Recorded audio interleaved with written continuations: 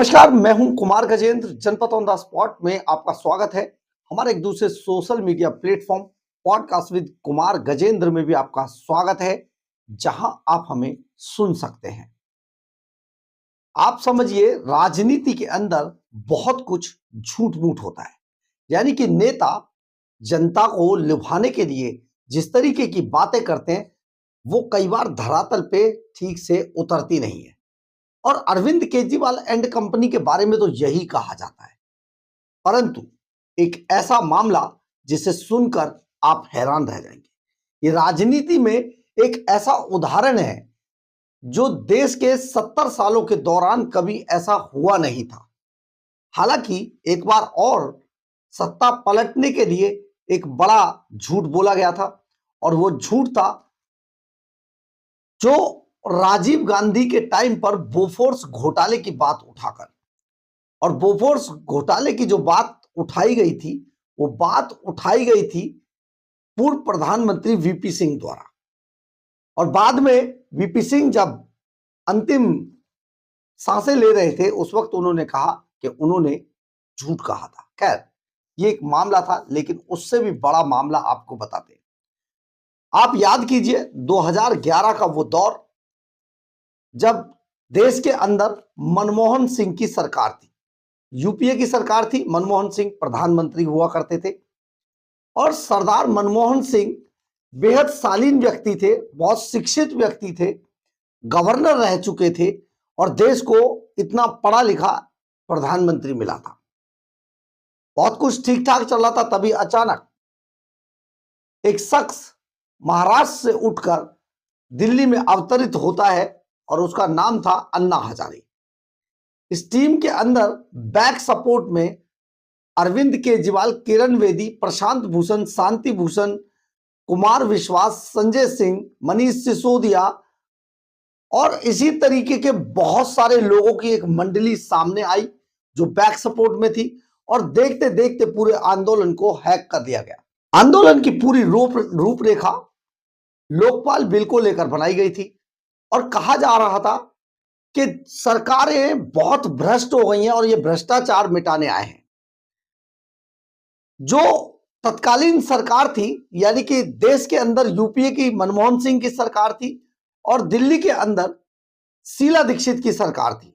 दोनों ही सरकारें बहुत अच्छा काम कर रही थी, लेकिन लगातार अन्ना हजारे की इस मंडली ने, यानी कि जो बाद में केजरीवाल एंड कंपनी बनी, इस कंपनी ने पूरी तरीके से शीला दीक्षित और मनमोहन सिंह सरकार पर जमकर झूठ बोला। ये पूरा झूठ सीएजी रिपोर्ट को लेकर था, और सीएजी रिपोर्ट को लेकर आधार बनाकर इन्होंने एक ऐसा माहौल पूरे देश के अंदर पैदा किया कि बस पूरा देश भ्रष्टाचारी हो चुका है, राजनीति डूब चुकी है, और अब ये जो आए हैं, यही नुमाइंदे शायद देश को इस दलदल से निकाल पाएंगे। लोगों को भी ऐसा लगा, और लोगों ने आनंद फानन में लाखों की तादाद में पूरे देश से यूथ जुटा। उस यूथ ने इन पर विश्वास किया, और यूपीए की जो अच्छी भली चलती सरकार थी, उसको अविश्वास के कारण उसको बाहर कर दिया।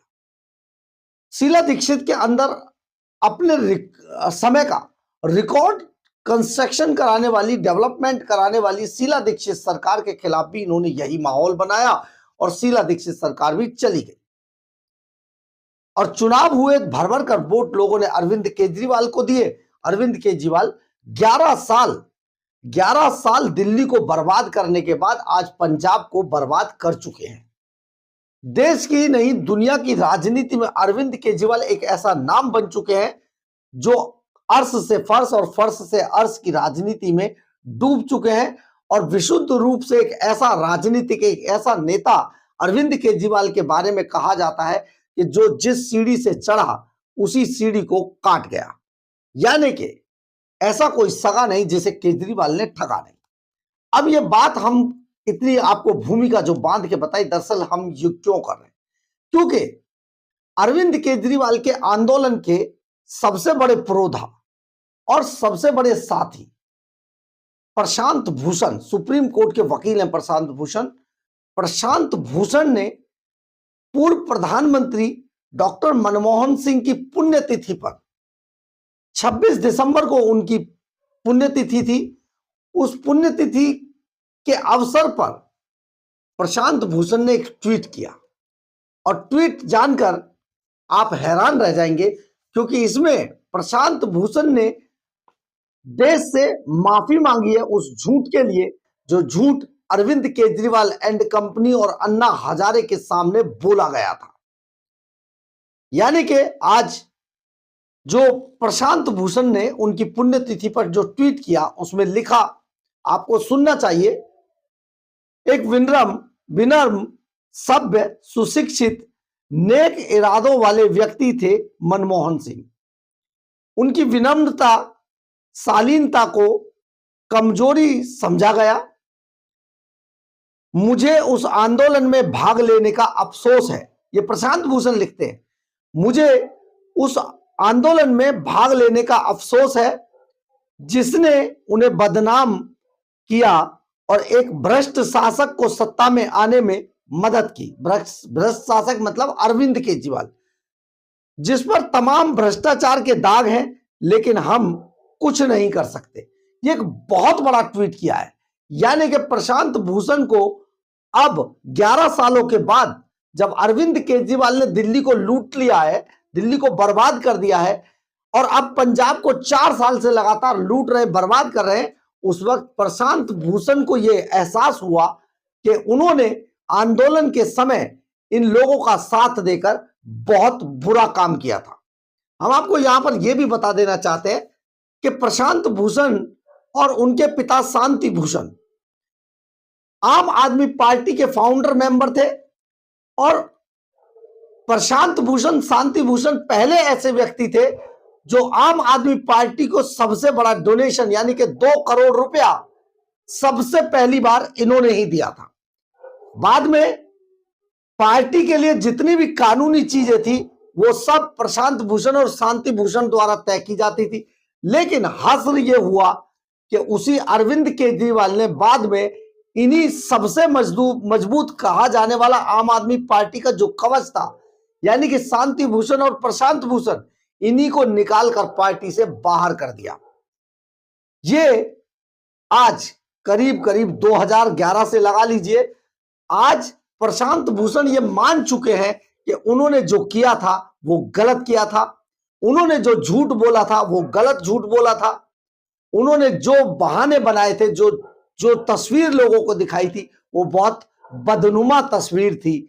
यानी कि राजनीति को अरविंद केजरीवाल एंड कंपनी, अन्ना हजारे और ऐसे ही लोगों ने इस तरीके से प्रस्तुत किया कि बाद में मनमोहन सरकार को वहां जाना पड़ा।